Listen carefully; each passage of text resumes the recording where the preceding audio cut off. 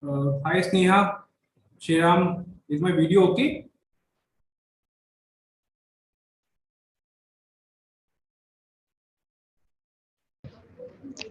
Yes, absolutely.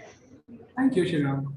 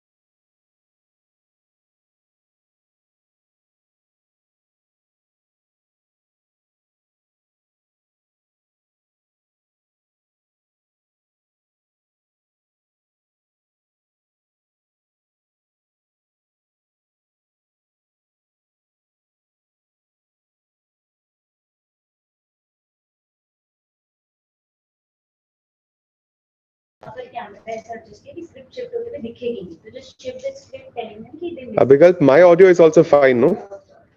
Yes, perfectly fine. Done. Your video is little blurred. Just wipe your camera, please, for once.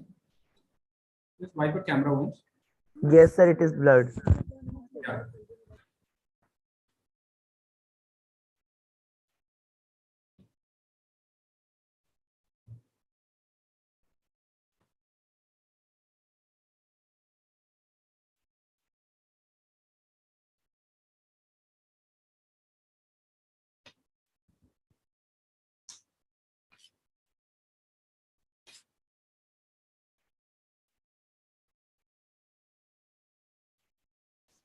Do we have somebody who is familiar with Zoom settings here?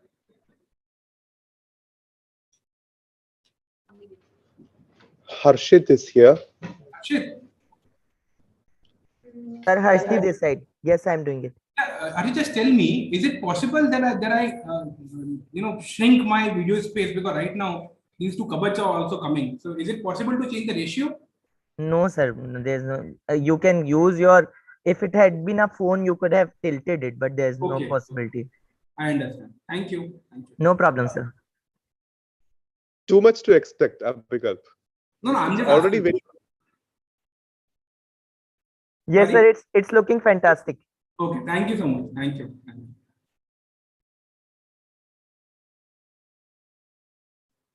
Harshit, has the live streaming started, or this is just for the waiting period, just for us?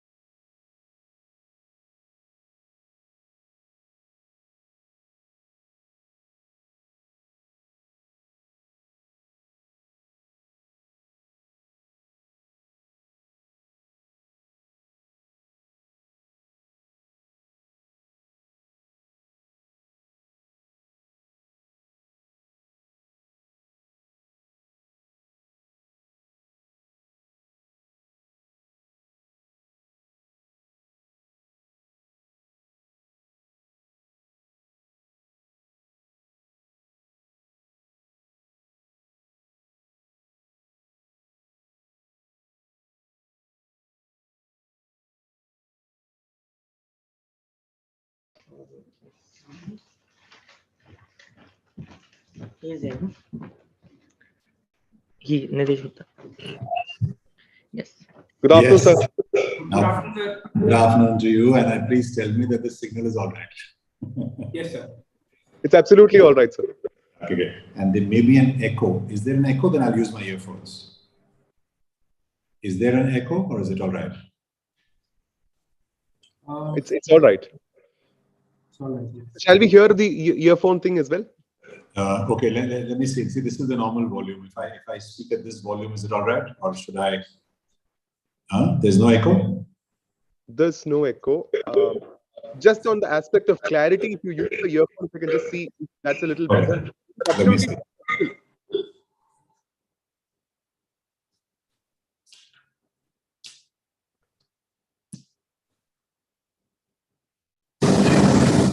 Yeah. How is it now? Bedi? What do you say? Which is better? Is this better or was it better earlier? So according to me, this is better. Yes, sir. Yes, sir. I also agree. Harshdeep decide. We Oh, voted okay. for the earphones. All right. Then I'll use the earphones. So before I start speaking, I'll put on the earphones. I don't need to do that earlier, right? Okay. All set. Otherwise, I believe the morning went very well. It did, sir. It did. Yes. Yeah. Okay, wonderful. What you guys are doing is really nice. Thank you. Thanks to you, sir. It's all your hard work. All right. So I'm right here. I'll just sort of mute and make myself invisible for a moment. When you start, I'll log in again. Okay, I just want to make sure that I just want to make sure that it wasn't a problem like we were discussing in the morning. Sridham. Fortunately, nothing at all. Yeah. God's grace. Okay. Thank you. Thank you. Thank you. Thank you.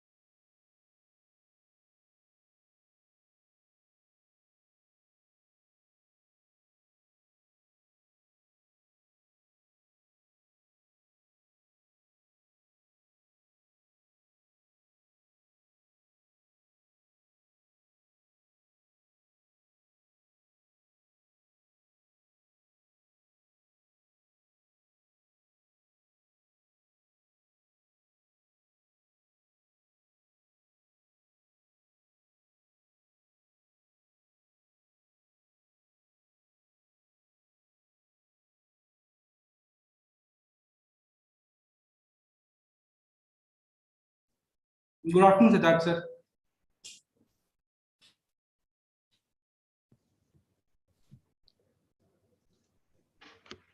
So that's a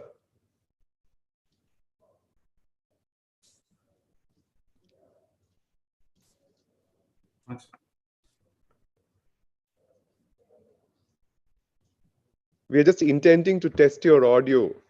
Yes. Hi, Sriram, I can hear you. Can you hear me? Yes, Yes. sir. We can hear you now. Yes, fine. So I'm here. I'm just switching off my video for the time being. And just let me know whenever I need to. I'm here. Right. Thanks.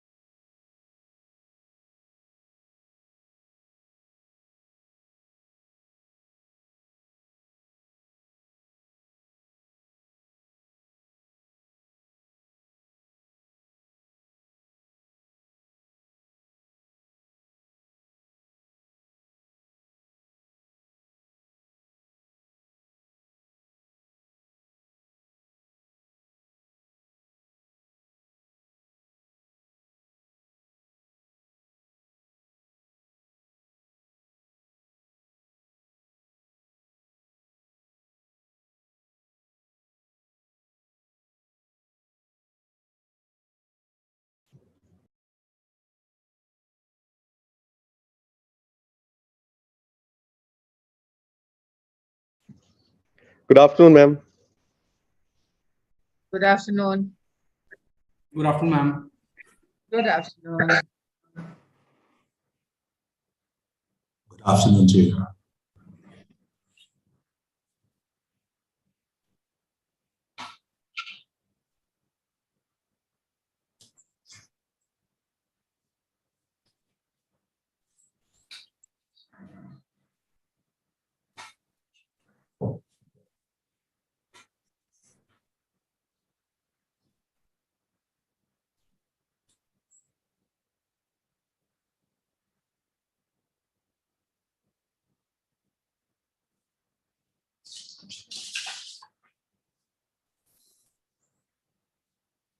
Good afternoon, Nidesh ji. How are you?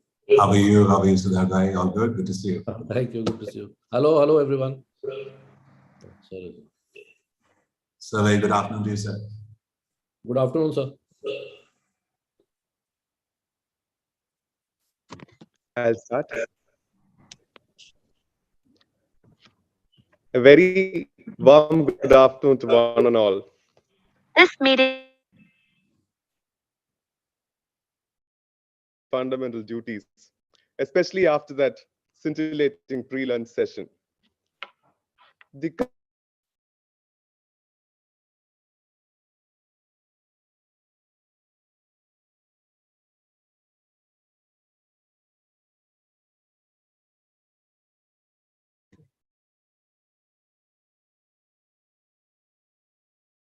concluding and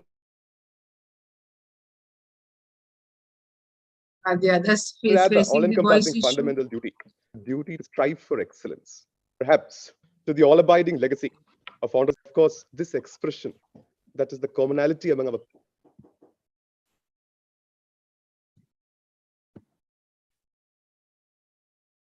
each of our panelists were embodied in themselves the unending quest to strive for excellence.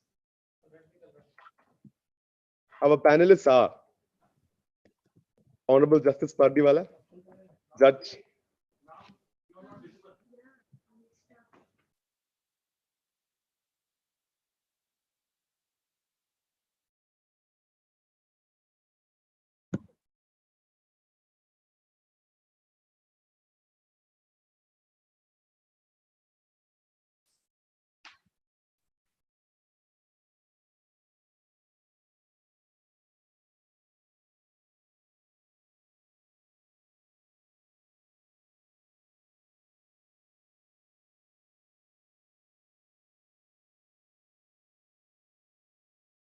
Sir आप video start करो तो वो आपको text करेंगे कि I चल रहे हैं understood. It's working. हाँ, so now you can start again. A very warm good afternoon to one and all. I think it's a little difficult not to continue on fundamental rights and fundamental duties, especially after that pre-lunch session, which was scintillating. The concluding and rather all-encompassing among fundamental duties enlisted in Article 51A titles as the duty to strive for excellence. This duty perhaps that draws us all to the all-abiding legacy of Honorable Justice H.R. Khanna. Of course, this expression that is the commonality among our panelists today. Each of our panelists have embodied in themselves the unending quest to strive for excellence. Our panelists are Honorable Justice Pardiwala, Judge, Supreme Court of India, Nidesh Gupta, sir, Senior Advocate, Supreme Court of India, Siddharth Bhatnagar, sir, Senior Advocate, Supreme Court of India, Professor Ved Kumari, Vice Chancellor, National Law University, Odisha, Abhikalp Pratap Singh, Advocate on Record, Supreme Court of India, and Tariq Khan, who's shown the willingness to be here. To begin with, Honorable Justice Jamshed Burjur Pardiwala's family's tryst with law has a history predating the history of independent India and the Constitution of India by more than 50 years. His great-grandfather Navroji Bikaji Pardiwala started practice of law in the year 1894 in Valsad, located in present-day Gujarat. His grandfather and father all practiced law in the same court. Justice Pardiwala himself in a year. After dealing with cases of all kinds, astute mastery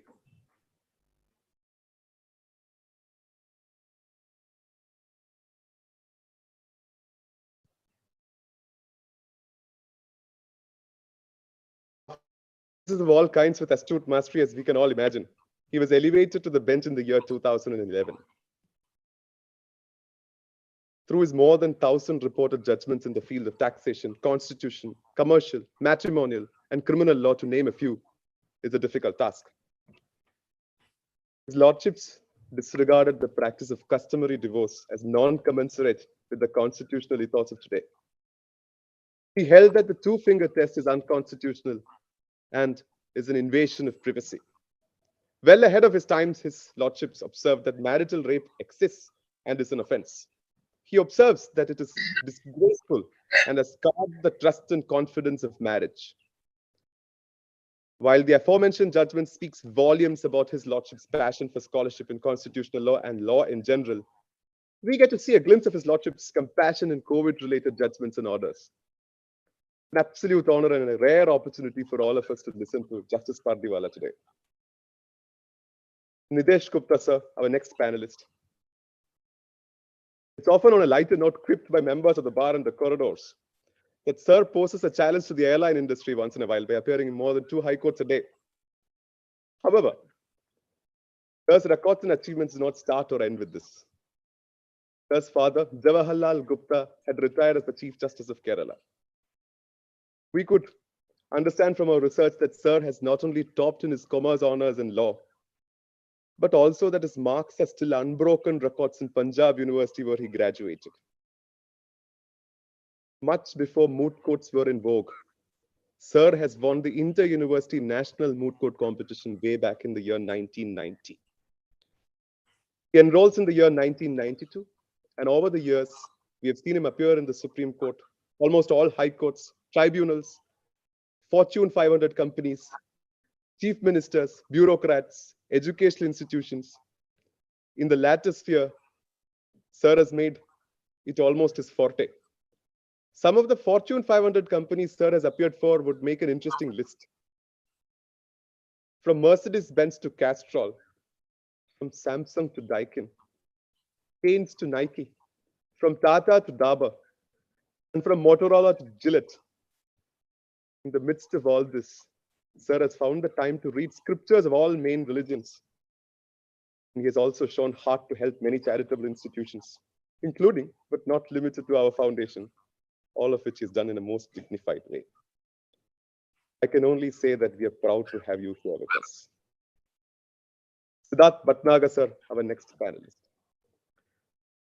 Siddharth, sir, has always been a guiding light for all of us, not only members of the Khan Foundation, but all the younger members of the bar, for whom he's not only been a mentor, he is the mentor for us. Sir has graduated from the University of Cambridge in the year 1996. He appears in the Supreme Court, the High Courts, NCLAT, NCDRC, and NGT, to name a few. Before a constitution bench, he appeared in the case challenging Maratha reservation, as it's popularly known. He appeared for National Broadcasting Federation in the matter relating to media trials. He appeared for various minority educational institutions in matters relating to religious freedom, freedom of speech and expression, and apart from appearing in international commercial arbitrations regularly. We, on behalf of Khan Foundation, are deeply indebted for Sir's grace to be present here. Professor Ved Kumari is our next panelist. Apart from being the Vice Chancellor of the National Law University, Odisha, Madam was the Dean and Head of Faculty of Law, University of Delhi. She began her teaching career in the year 1983. She's written various books and innumerable articles. She's taught graduate and undergraduate students and has guided PhD students for their theses. Absolute pleasure to have you with us, ma'am. Abhikal Pratap Singh is a member of the Khan Foundation and is one among us. He's an advocate on record practicing in Supreme Court of India. He is an alumnus of Dr. Ram Manohar Lohiya National Law University. He's practiced in prestigious chambers like the chambers of Gaurav Agarwal and that of Shekhar Nafte, senior advocate. We have Tariq Khan sir with us. Tariq Khan is currently working as the registrar of the International Arbitration and Mediation Center, Hyderabad. He's a former partner of Advani Law, New Delhi. He's also a professor at Nalsar University of Law. He's authored several books, including a commentary on Indian arbitration law. On behalf of Khan Foundation, I can only thank you for sparing your time for this webinar, sir. Before we start with our symposium, in memory of the all-abiding legacy of Honorable Justice H.R. Khanna, I would request everyone to stand in silence for a minute.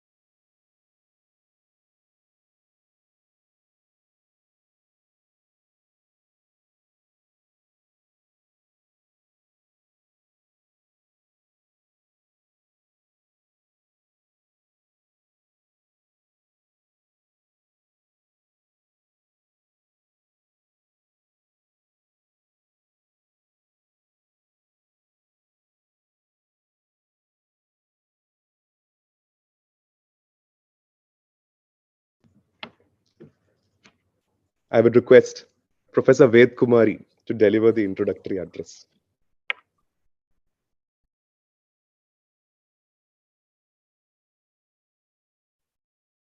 Good afternoon to everyone present. My heartiest welcome to Honorable Mr. Justice J.B. Pardiwala, the other speakers in this session and the other panelists, as well as all the attendees. Justice H.R. Khanna is known for his dissent, and I think it is important in law to have voices of dissent. And I'm going to kind of speak a little bit on the dissenting note on the topic itself. There are two legs to the topic for this part of the symposium. The first part is listed as Vox Populi versus rule of law. There's a colon with the Supreme Court of India. As we have got all the stalwarts from Supreme Court of India, from both the sides, from the bench and the bar, I'm not going to touch that aspect. But I do want to focus on the first part, which is Vox Populi versus rule of law. My understanding of the topic is that it is actually Vox Populi as the rule of law. There's no versus in the two. When we talk about rule of law, we are remembering our LLB days and IC, who gave us three basic principles of rule of law: equality, liberty, justice. Equality, nobody should have any special rights, everybody is treated equally. There should be no discrimination on the basis of sex, caste, blah, blah, blah. And then justice, that nobody is punished without proper procedures, and there is justice to all. And I think as women in our legal system and in society, we do not have anything to do with rule of law. Rule of law is about, it says equality, but then who is equal and how did this whole concept of rule of law came about? And we have this major theory of the social contract, and theory of justice by Rawls also talks about the social contract. Who are the parties to the social contract which created the legal system in which rule of law should be observed? These were certainly not women. These were propertied, able-bodied men. Slaves were not part of the social contract. Women and children were not part of the social contract. And even in Rawls' theory of justice, the people who were to do the social contract were supposed to be, give me a second, when he says it is the free, equal, and independent human beings. So what we were talking about earlier, about social, about duties, fundamental duties, in the concept of justice by Rawls and this social contract theory, there's nothing about care. It is about being free, equal, and independent. Independence, to me, when we say independent human beings, then we're talking about my rights versus the others. When you talk about care, there's no independence, there's connectedness with the other. And women's perception of law is that it should be connecting people to one another, and that's where the fundamental duties fit in. Fundamental duties are about my duty to take care of the other, to think about the other, to promote the other.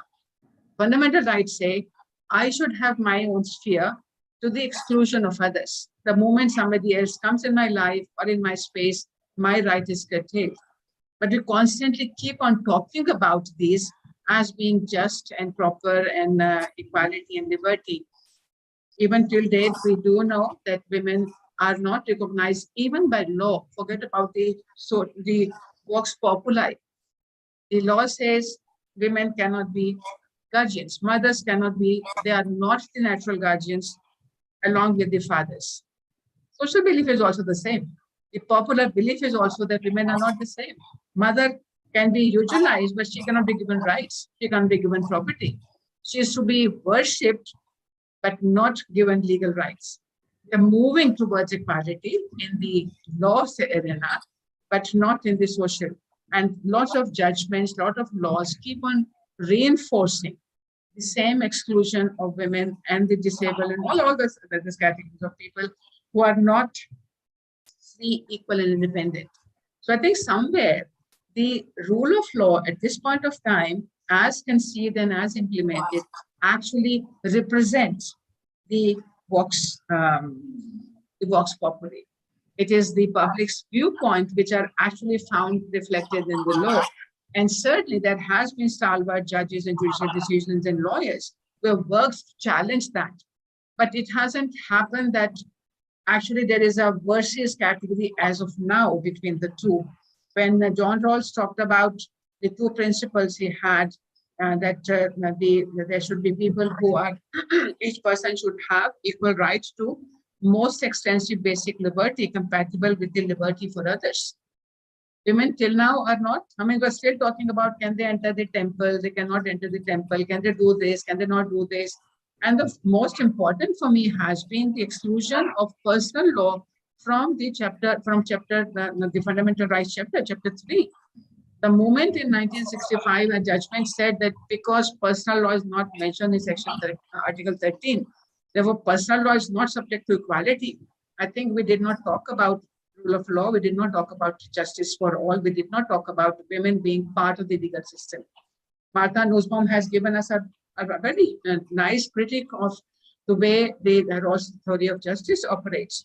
When it says that when we talk about people who are free, equal, and independent, then certainly the people with disability are not part of the legal system. They're not part of the rule of law, because the rule of law means disabled persons with any kind of infirmity, whether that may be because of age, children, whether it is in case of persons with having impairment in their body and mind, or whether it is because of age in the case of older people as well. The system recognizes that they should be independent for them to be part of the decision-making process, which will ensure equality and liberty. So I think there's a lot of things to think about, that how the patriarchal notions in the law have been incorporated in the legal theory, and again, vice versa in the law itself. Look at today's panelists. I happen to be a vice chancellor, therefore I'm here on the panel, the only sole woman in this whole panel since morning. We do not even notice who are the people who are being invited. Are there no women out of 8 speakers for the day which could have been part of this conversation? I'm also not supposed to be a panelist. I'm just there as an ex officio vice chancellor welcoming everybody. So we do not want to hear the voices of others. We choose people to head institutions to do things from what we consider as rule of law. But how patriarchal the rule of law is, we don't question that. And we don't do that in our law schools. So certainly I'm not blaming anybody. It is us, people like us in the universities, who have to open minds to start looking at critically as to what we've taken for granted, which has actually been the patriarchal philosophies. With that, I'll close my introductory remarks because I was happy that I was asked to give introductory remarks and not welcome remarks. So I am using that opportunity to introduce my thoughts on the subject. And I'm quite sure that there will be some more conversations happening. And I certainly invite, I'm very happy that CAN is doing what it is doing. And it's a very, very remarkable work that they're doing, supporting the young students and the young lawyers and anybody who is in need of family support. And with the kind of money they have generated, it is really remarkable. But I certainly would advise them to have a little bit more thought about diversity in your organization. It cannot be a Hindu male society. It has to have more diverse. And I was looking at even the Thanksgiving, even though in the previous session, a woman did give a vote of thanks, she was not listed on the speaker. Even in the thanks category, she was not listed.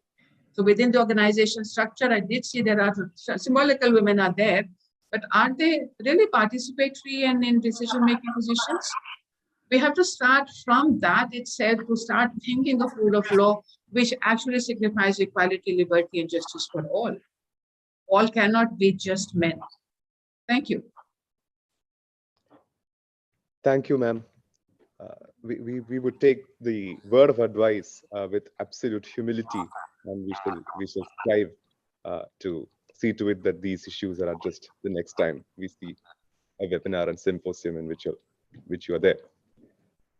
Also, I would request a few minutes of everyone to see the PowerPoint presentation which enlists the achievements and the endeavors of CAN Foundation.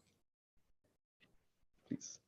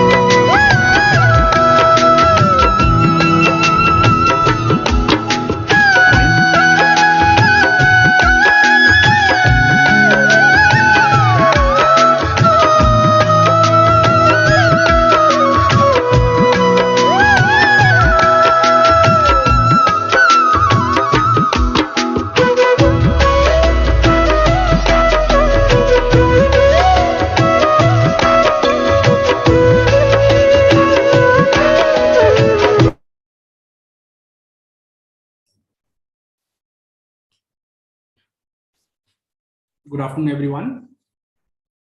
Let me just take up a few minutes to shed some light on the topic for today's discussion, Vox Populi versus rule of law. From the perspective of Honorable Supreme Court, Vox Populi, Vox Dei, Latin for voice of the people, is the voice of the God, is a deep-rooted belief supporting the majority sentiment, the wish of the masses. On the other hand, rule of law is derived from a French phrase referring to a government based on principles of law and not of men. In a strong democracy such as India, it is incumbent on courts to take decisions concerning complex social issues and not dribble past them, as that is the mandate of the Constitution.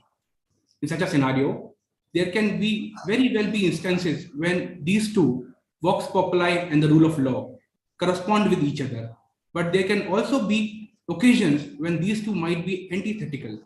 The question of importance becomes, on which end does the conscience of the judiciary lie?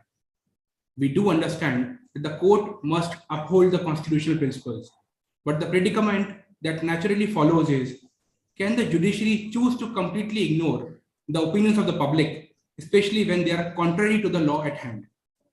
Let us get a perspective over here about the conflict between Vox Populi and the rule of law.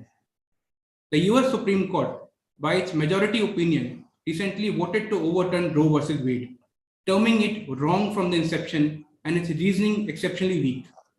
Evidently, the ruling is at odds with the broad public opinion. In today's politically charged atmosphere, how far can the demands of the society remain unmet by the judiciary?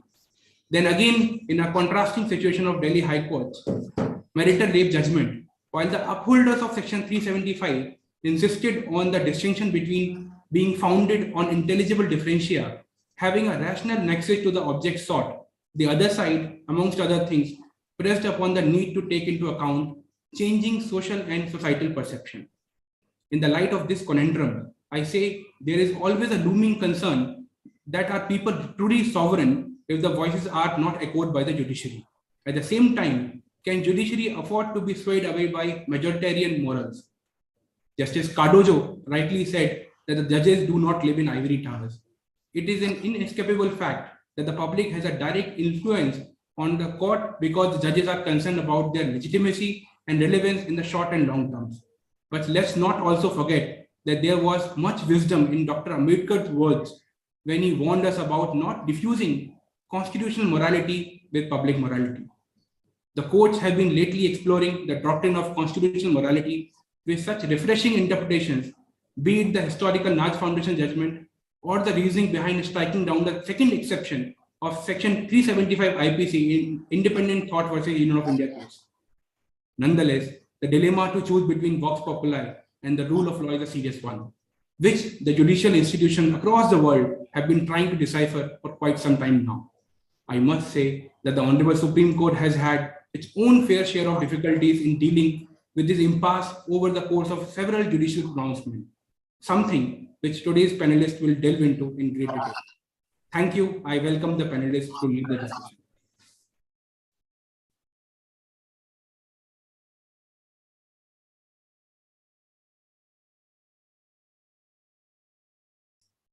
I request Honorable Justice Paradiwala to initiate the discussion.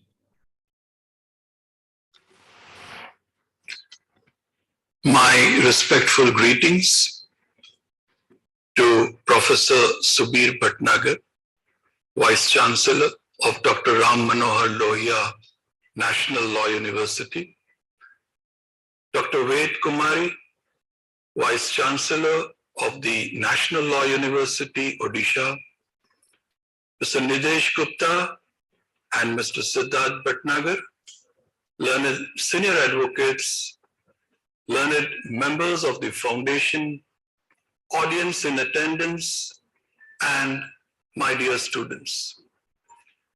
I consider it a great honor to participate as one of the speakers in the second Justice H.R. Khanna Memorial National Symposium organized to commemorate the colossal persona of late Justice H.R. Khanna. In the first session of the day, I had the pleasure and privilege to hear my esteemed brother, His Lordship Justice Vikram Nath, who spoke on the fundamental duties vis-a-vis fundamental rights under our Constitution. I have been requested to speak on the topics Vox Populi versus Rule of Law, Supreme Court of India. To pay tribute to late Justice H.R. Khanna, the former judge of the Supreme Court of India, by itself is a great honor bestowed upon me. Jean Monnet, father of the European Union, once said, I quote, "The world is divided into two types of people, those who want to be somebody and those who want to do something," I unquote. Justice H.R. Khanna is remembered and will always be remembered long after many Chief Justices of India are forgotten, because he did something for which he deserved to be remembered. Justice H.R. Khanna has been one of the greatest judges of the Supreme Court of India. His towering contribution to the judicial system of the country is immeasurable. A couple of months back, while I was a judge in the High Court of Gujarat, I, being an administrative judge of the Rajkot district, had to visit Rajkot. While I was in Rajkot, I was requested by the Rajkot District Bar Association to spare some time and address the members of the bar.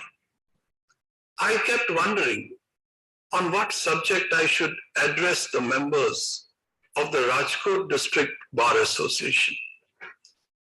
Ultimately, I decided to speak on the rule of law, least knowing that I would be talking on the rule of law as a Supreme Court judge in next few months. While addressing the members of the legal fraternity at Rajkot, I said that there are two basic roles of a judge. First, to uphold the Constitution and the rule of law. And secondly, to bridge the gap between the law and the society.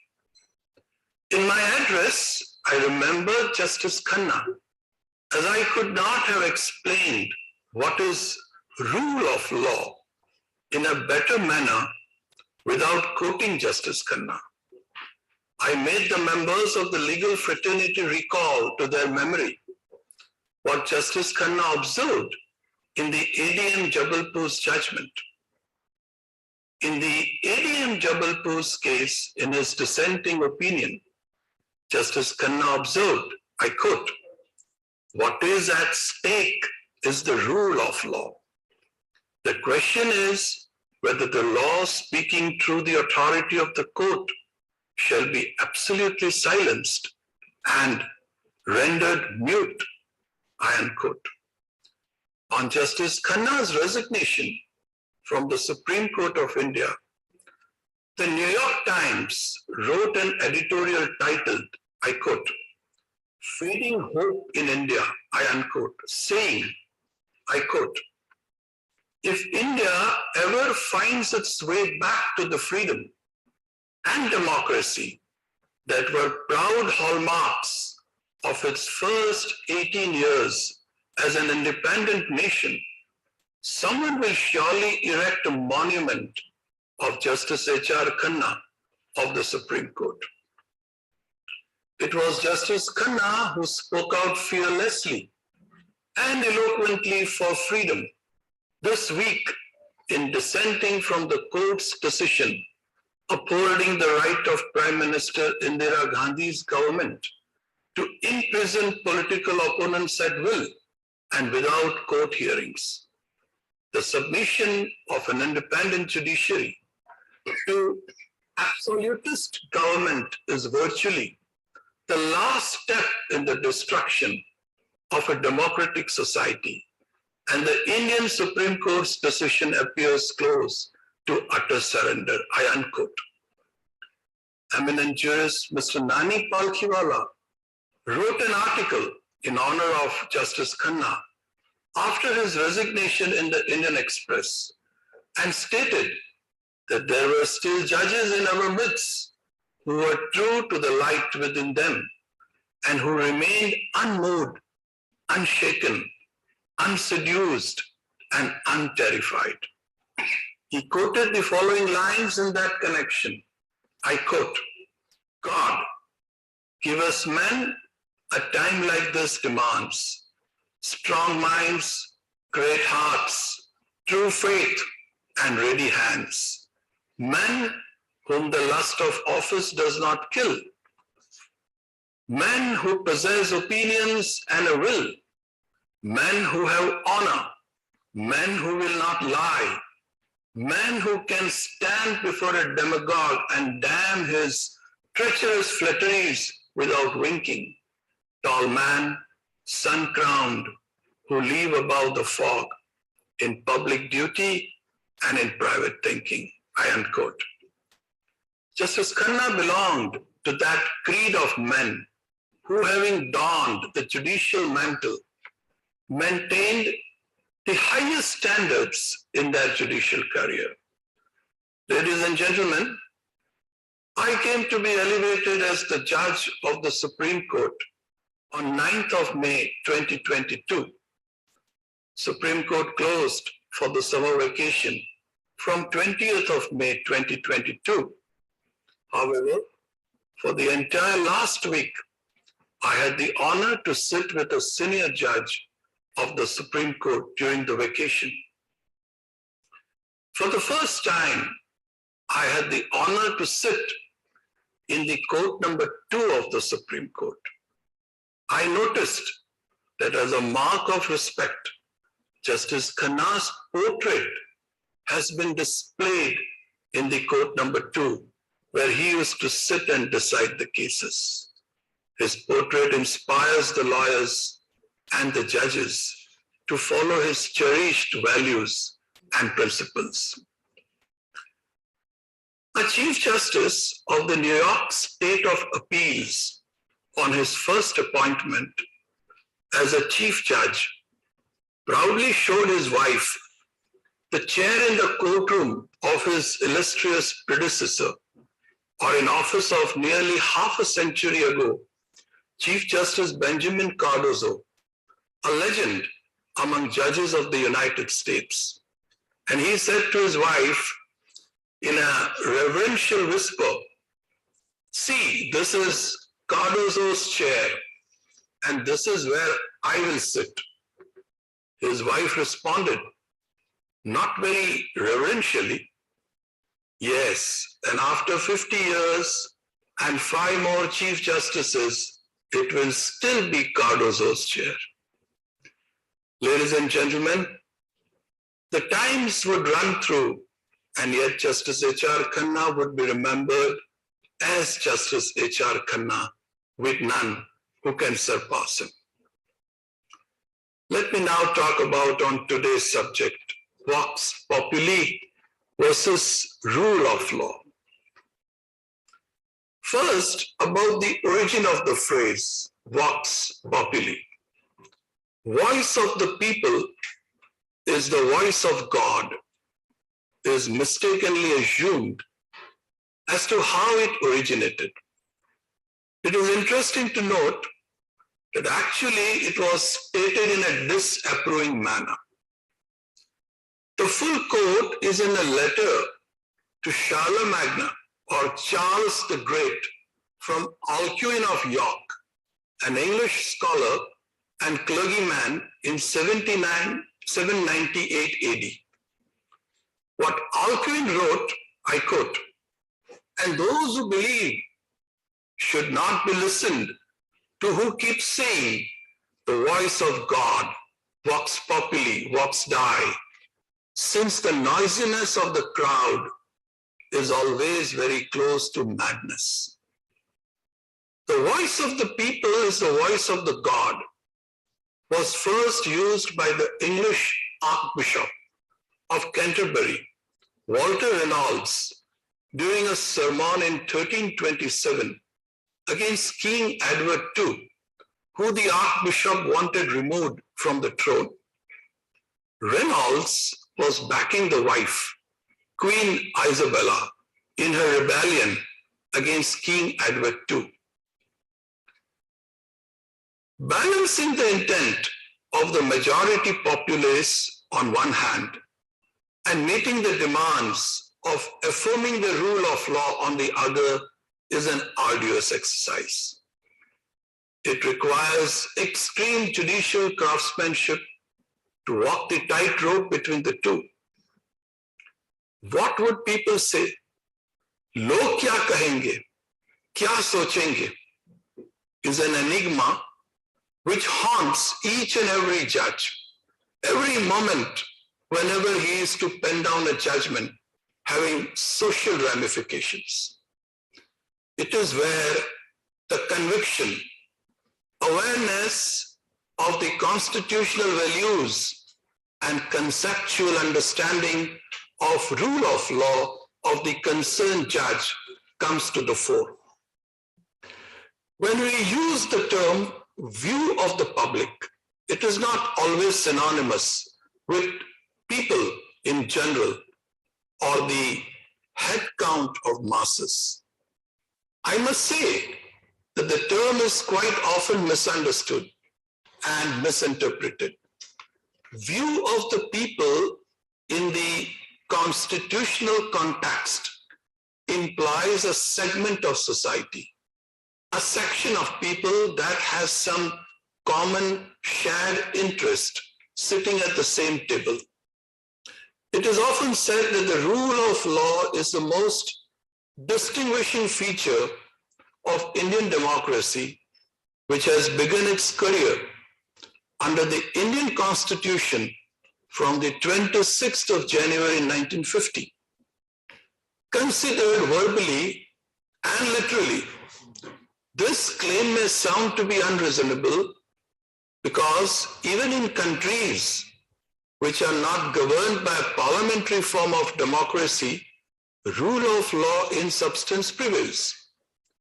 Even dictators have their laws and they are enforced, and in that sense, even the dictatorship can claim that it rules by law, and so the rule of law prevails in its country. That is why the claim that the rule of law is the most distinguishing feature of Indian democracy must be closely scrutinized at the outset. When we make the claim that the rule of law distinguishes Indian democracy, we have two significant factors in mind. The first factor is in relation to the mechanism of the making of Indian laws. The making of Indian laws is characterized by 3 Ds. Before a law is introduced in the legislative chamber, its merits are freely, fully, and fearlessly discussed in the press and on the public platform. When it is introduced in the legislative chamber, it is debated by the legislators who have been elected democratically on adult suffrage, and members of the opposition ruthlessly criticize it. And when it is passed, its validity is tested in the courts of law. Thus, public discussion, debate in the legislature, and the decree of the court are the 3 Ds which distinguish the mechanism of Indian lawmaking. And in this behalf, the Indian law differs from the law that is made by governments other than the parliamentary governments controlled by written constitution. When I refer to the decree of the court, it is necessary to explain how the courts come to have a decisive role, decisive voice in the determination of the question as to whether the laws are valid or not. A plea that a law passed by the British Parliament is invalid is inconceivable under the constitutional law in England, because the sovereignty of Parliament is literally absolute. The Indian legislatures, federal as well as state, are no doubt sovereign in their respective spheres, but their spheres have been specifically defined, and if they traverse beyond their prescribed spheres, the acts that they pass are liable to be challenged in the courts of law. The legislative incompetence is thus one basis on which the validity of laws can be challenged in India. The other basis on which the validity of laws can be challenged is in relation to the fundamental rights of the citizens guaranteed by the Indian Constitution. The Constitution has been framed on the basis that the individual citizens are entitled to certain fundamental rights, which are enshrined in its most important provisions. The Constitution has also provided that these fundamental rights can be regulated effectively by legislation, provided two tests are satisfied. The invasion or regulation of the fundamental rights must be reasonable, and it must be in the interest of the public good. Thus, a challenge to the validity of any legislative enactment can be made on the ground that the impugned legislation unreasonably impinges a citizen's fundamental right, or is otherwise not in the interest of public good, and these issues are justiciable in the courts of law.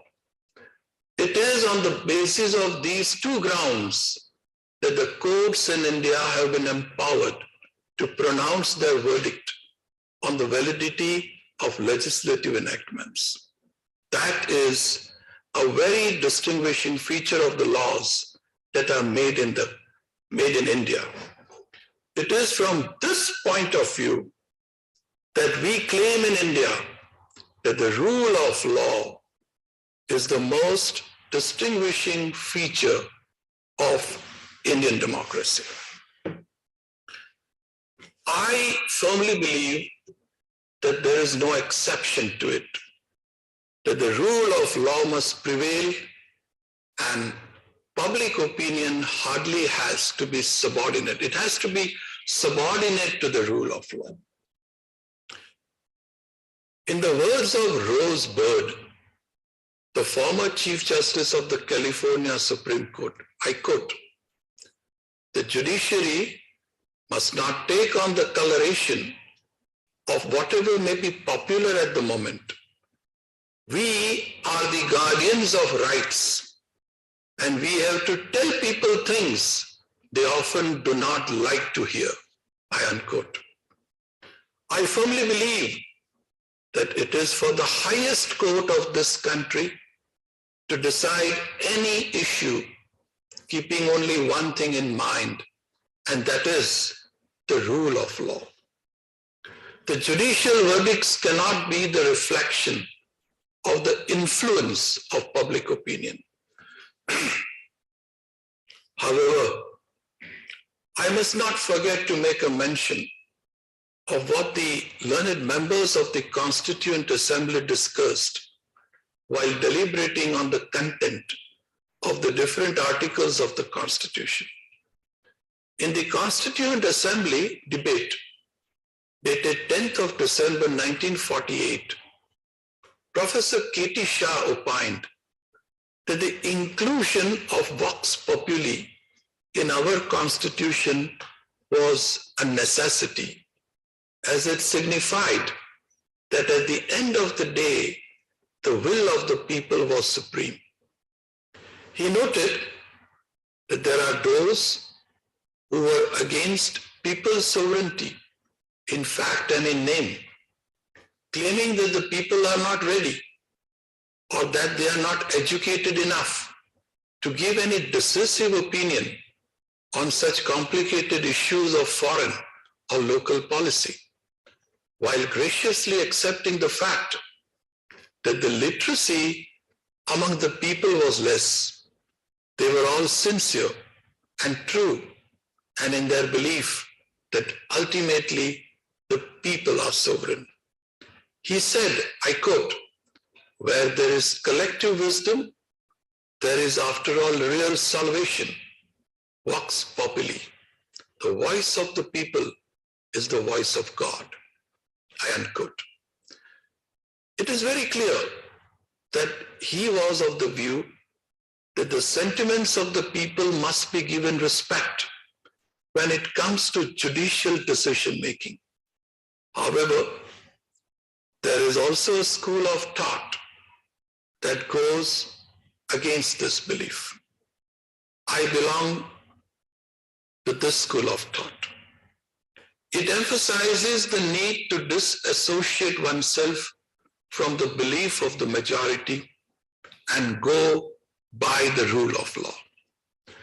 The great thinker, John Stuart Mill, made a strong argument against popular morality being codified into laws. He stated that a popular distaste for an act or a thing cannot be classified as harmful or illegal only on the premise that it contradicts their beliefs or views. Hart expounded his warning about the imposition of majoritarian morals through the judicial opinions. He underscored, I quote, "No one should think, even when popular morality is supported by an overwhelming majority or marked by widespread intolerance, indignation, and disgust, that loyalty to democratic principles requires him to admit that its imposition on a minority is justified." End quote. I believe that in a democracy, we have a systematic agreement to live by the court decisions. It does not mean that the court decisions are always right or free of all other considerations. We simply agree to live by them. In a democracy, knowledge is more important than the systematic and blind obedience to the popular verdicts, whether of the electorates or courts. It is true that while a judge's role is to uphold the law, the judge in an exceptional case may have to be cognizant of the sentiments of the society and the perennial effects of the judgment that he may utter. One of the earliest decisions during the nascent stages of our republic was the abolition of the jury system. The jury system's biggest criticism has always been that it flows with the majority will of the people and it adversely hurts the minority, while the trained judicial mind follows the letter of the law. The 14th Law Commission, apart from the other factors, also relied on the views of the father of the nation, Mahatma Gandhi. Gandhiji said that he was unconvinced of the advantages of the jury trials over those by judges. Thus, the trust on the judiciary over juries led to the abolition of the jury system.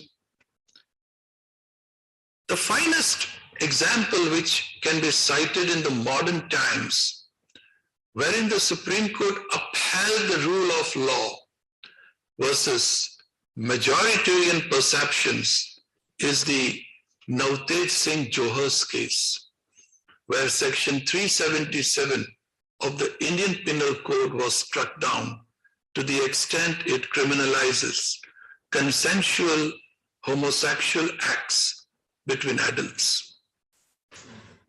Honorable Justice Nariman, in his opinion, held, I quote, "The very purpose of the Fundamental Rights chapter in the Constitution of India is to withdraw the subject of liberty and dignity of the individual and place such subject beyond the reach of majoritarian governments so that constitutional morality can be applied by this court to give effect to the rights, among others, of discrete and insular minorities." The Fundamental Rights chapter is like the North Star in the universe of constitutionalism. Constitutional morality always trumps any imposition of a particular view of social morality by shifting and different majoritarian regimes, I unquote. Honorable Justice Dr. D.Y. Chandrachud held, I quote, "In the quest to assert their liberties, people criminalized by the operation of the provision challenge not only its existence, but also a gamut of beliefs that are strongly rooted in majoritarian standards of what is normal. In this quest, the attack on the validity of Section 377 is a challenge to a long history of societal discrimination and persecution of people based on their identities. They have been subjugated to a culture of silence and into leading their lives in closeted invisibility. There must come a time when the constitutional guarantee of equality and inclusion will end the decades of discrimination practiced based on a majoritarian impulse of ascribed gender roles. That time is now. Under our constitutional scheme, no minority group must suffer deprivation of a constitutional right because they do not adhere to the majoritarian way of life. By the application of Section 377 of the Indian Penal Code, MSM and transgender persons are excluded from access to health care due to societal stigma attached to their sexual identity. I unquote. No one could have put it in a better manner than Justice Dr. D.Y. Chandrachud. When we look at the landmark verdicts of the Supreme Court, like the ones in the cases of Sabrimala, LGBT rights, or those on death penalty, the friction between the aspirations of the society and the necessity of upholding the rule of law comes to the forefront.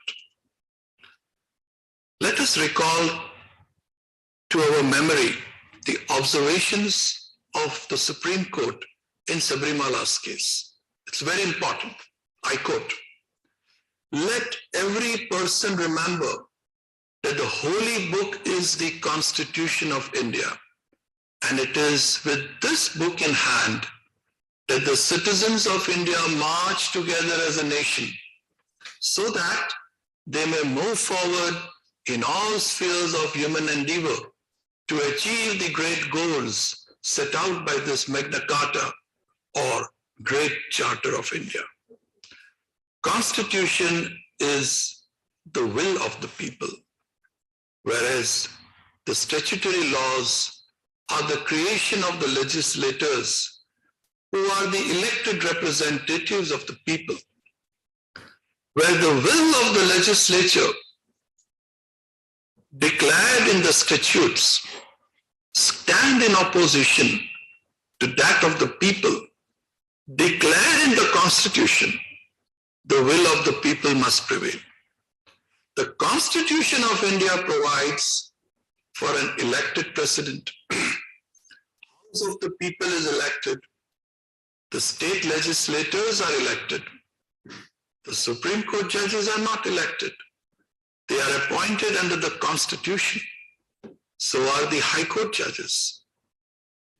Yet the Constitution confers power called judicial review, under which the court may nullify the unconstitutional acts of the executive and of the elected representatives of the people assembled in the parliament and the state legislatures. This conclusion does not necessarily suppose that the judiciary is superior to the legislature. It only supposes that the power of the people embodied in the Constitution is superior to both. The role of the judiciary under the Constitution is a pious trust reposed by the people. Let me also talk about the role of media. A trial is essentially a process to be carried out by the courts. However, in the modern day context, trials by digital media are an undue interference in the process of justice dispensation, crossing that Lakshman Rekha many a times. This is especially all the more worrisome when those sections of people start scrutinizing the judicial process who possess only the half-truth, those for whom the concepts of judicial discipline, binding precedents, and inherent limitations of judicial discretion are elusive. This section of people, the half-truth knowledgeables, are a real challenge to the dispensation of justice through the rule of law. Social and digital media is nowadays primarily resorted to expressing personalized opinions more against the judges per se, rather than a constructive critical appraisal of their judgments. This is what is harming the judicial institution and lowering its dignity. The constitutional courts have always graciously accepted informed dissents and constructive criticisms, but their thresholds have always debarred the personalized agenda-driven attacks on the judges. This is where the digital and social media needs to be mandatorily regulated in the country to preserve the rule of law under our Constitution.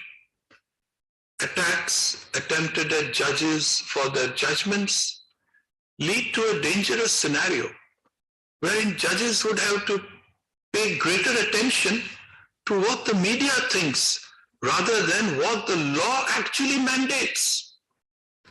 This puts the rule of law on the burner, ignoring the sanctity of respect for the courts. In the case of Sahara Private Limited versus SEBI, the Supreme Court devised the doctrine of postponement of publication.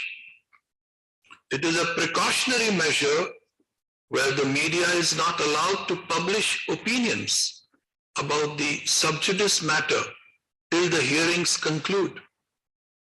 This doctrine of postponement is not to be read as a censorship or a prior restraint, but rather a safeguard against possible abuse. This can be one of the viable options, considering how the non-judicial factors are shaping the public opinion in this matter. A judicial verdict, right or wrong, is always by a court vested with powers under the Constitution of India as a court of record. The Supreme Court and the High Courts act as court of records by virtue of Articles 129 and 215 respectively of the Indian Constitution. The remedy of any judicial order or a judgment is clearly not available on digital or social media, but before the superior court of law in the judicial hierarchy. In India, which still cannot be classified as a completely mature and informed democracy, social digital media is employed frequently to politicize purely legal and constitutional issues.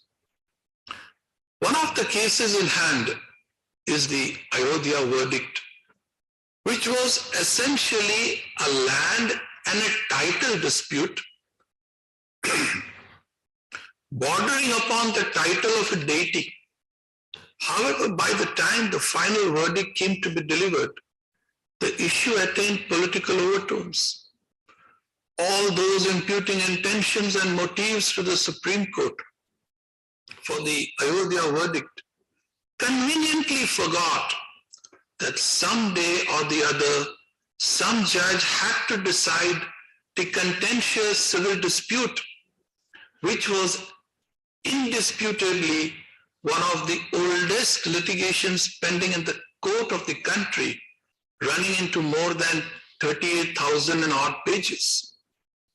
This is where the heart of any judicial proceedings before the constitutional court may disappear, and the judges deciding the dispute may get a bit shaken, which is antithetic to the rule of law. This is not healthy for the rule of law.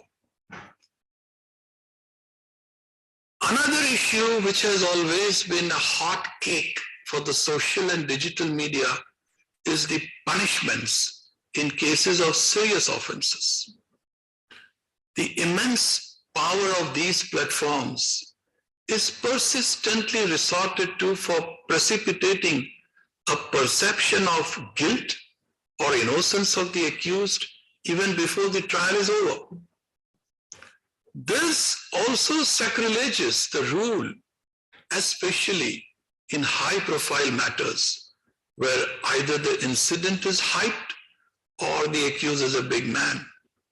Even before the trial is over, the society starts believing that the outcome of judicial proceedings ought to be nothing except conviction with the extreme penalty for the accused. Therefore, regulation of digital and social media, especially in the context of sensitive trials, which are sub judice, must be dwelled upon by the Parliament by introducing appropriate legislative and regulatory provisions in this regard. The question arises of how to resolve these concerns. A number of legislations, namely amendments to the Information Technology Act 2000, the Contempt of Courts Act 1971, are in place to tackle the problems of interference with the judicial processes, especially in sensitive sub judice matters. There have been several studies, reports, and recommendations, both nationally and internationally, suggesting ways and measures for handling the perpetual problem of media trial, especially through the digital and social media. One of the notable being the Madrid Principles of 1994, focusing on the interrelationship between digital social media and judicial independence. Madrid Principles essentially are an extension of the United Nations Principles on the Independence of the Judiciary from 1985, formulating rules and codifying guidelines delineating the boundaries of freedom of speech in the context of judicial independence. The preamble to the Madrid Conference, laying emphasis on the rule of law reads thus, I quote, freedom of the media, which is an integral part of freedom of expression, is essential in a democratic society governed by the rule of law. It is the responsibility of judges to recognize and give effect to freedom of the media by applying a basic presumption in their favor and by permitting only such restrictions on freedom of the media as are authorized by the International Covenant on the Civil and Political Rights. I unquote. The Madrid Principles have emphasized that it is the function and right of the digital media to collect and share the information with the public on the administration of justice, however, with appropriate checks and balances. Also important are the International Bar Association legal policy and research unit recommendations. The International Bar Association legal policy and research unit in 2011 carried out a global survey to consider the impact of online social networking platforms on the judicial system. 61 bar associations, including the Bar Council of India, from 47 jurisdictions across the globe responded. The report indicated that while the social media was a platform for discussion, wherein decisions of the courts may be criticized, judges should not succumb to its pressures. They must be loath to be influenced by it. Furthermore, this report minced no words in emphasizing that judges should not themselves resort to social media platforms by becoming privy to any such debates. This would do more harm than good for the rule of law, as judges never speak through their tongue, but only through their judgments. Ladies and gentlemen, at the end of the day, I may only say that judiciary cannot exist independent of the society, and the interaction is inevitable. But the rule of law is insurmountable. I am once again thankful to the distinguished guests for this honor. I also extend my thanks to the Ken Foundation. The students behind the foundation also deserve a huge applause for their determination and commitment to assist the foundation in its organizing of webinars like the current one, and also in other projects that the foundation is involved in. Thank you very much, Mr. Nidesh Gupta, for joining this symposium. Thank you very much, Mr. Siddharth Bhatnagar. It was a pleasure having you all on this symposium. Thank you very much, Professor Sudhir Bhatnagar and Dr. Ved Kumari. Hope to see you all one day again on some debate. Thank you very much. Thank you so much.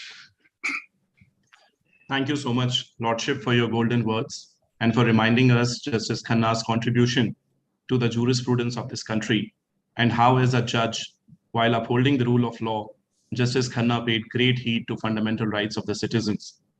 Sir also rightly pointed the two basic roles of a judge, that is to uphold constitution and rule of law and to bridge the gap between law and society, which also reminds me of Justice Khanna, who is renowned for setting an example during the period that has been called the darkest hour of Indian democracy during the period of emergency. Lordship also highlighted that the rule of law shall prevail and overshadow the views of the public. The term view of the public is not synonymous with the people in general. Sir also spoke about trials by digital media at times crossing the Lakshman Rekha, and how attacks on the judges for their judgments lead to a dangerous scenario where judges would have to pay greater attention to what the media thinks rather than what the law mandates.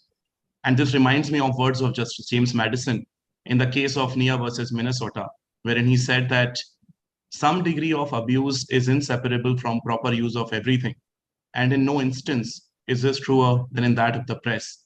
It has accordingly been decided by the practice of the states that it is better to leave a few of its noxious branches to their luxuriant growth than by pruning them away to injure the vigor of those yielding the proper fruits. Thank you once again, Lordship, for enlightening us. May I now request Mr. Nidesh Gupta, Senior Advocate, to please take us further in the session. My Lord Justice Pardiwala, it's indeed a privilege to hear your Lordship today. My Lord rightly said that judges speak through their judgments and not through their tongue, but it's been a privilege to hear your Lordship's tongue today. Professor Ved Kumari, Vice Chancellor of the National Law University, Odisha, Professor S.K. Bhatnagar, Vice Chancellor of the Dr. Ram Manohar Lohia National Law University, my good friend Siddharth Bhatnagar, and other friends at Can Foundation and others in the audience. It is indeed a privilege to be before all of you today and to be associated as a panelist in a symposium which has the very name of my Lord Justice H.R. Khanna, is indeed the greatest honor and privilege that a person from the legal field can enjoy. So it is indeed an honor to be participating in this symposium today.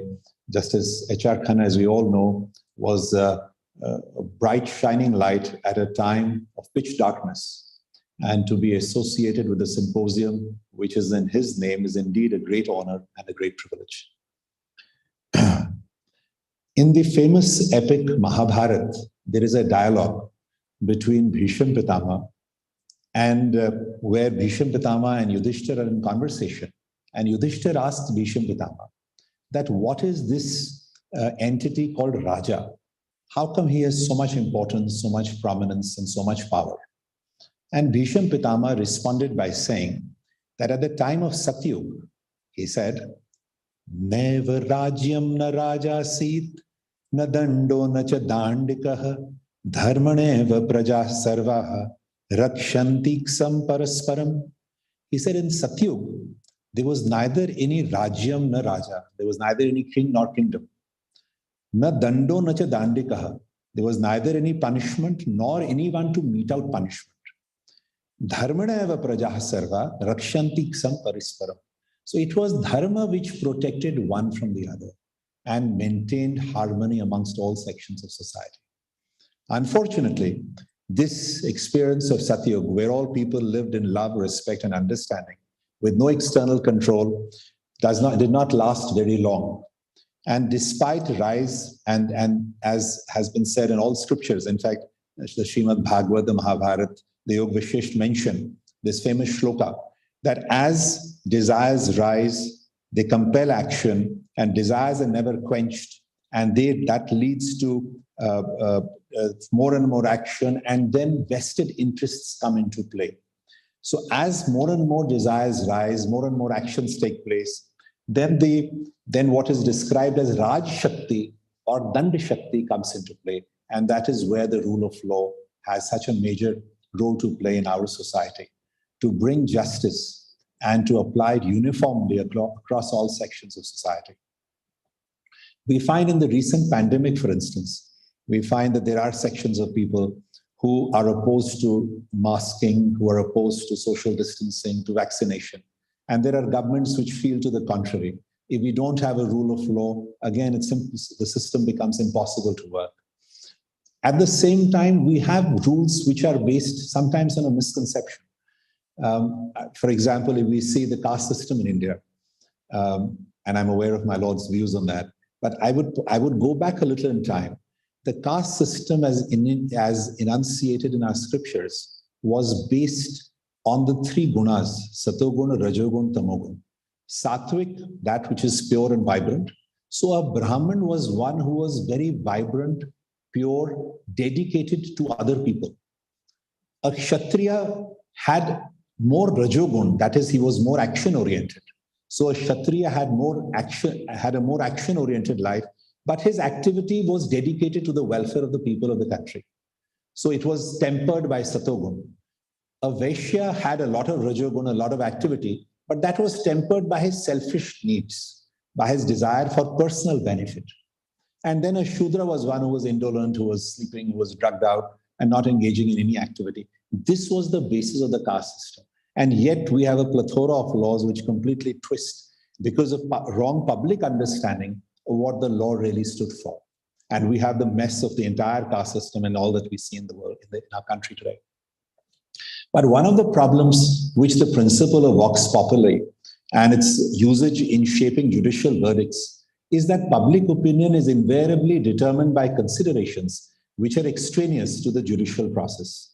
Public opinion is determined by political, religious sentiments, by traditions, by usual belief patterns, gender stereotypes, as Professor Ved Kumari said so passionately at the start of our discussion, as opposed to legal and constitutional principles. Public opinion can be easily influenced by the media, as his lordship just mentioned, and the narrative which the media chooses to adopt based on factors which are completely extraneous to judicial considerations. And all of these factors then shape public opinion, as the general public is conditioned to think about particular situations in a particular manner, being constantly fed that narrative by the media. Then the general public are at the most time ignorant and inexperienced with regard to intricacies of law. They are not trained to sift through evidence, to consider with a judicial mind, and have disregard to anything which is extrajudicial.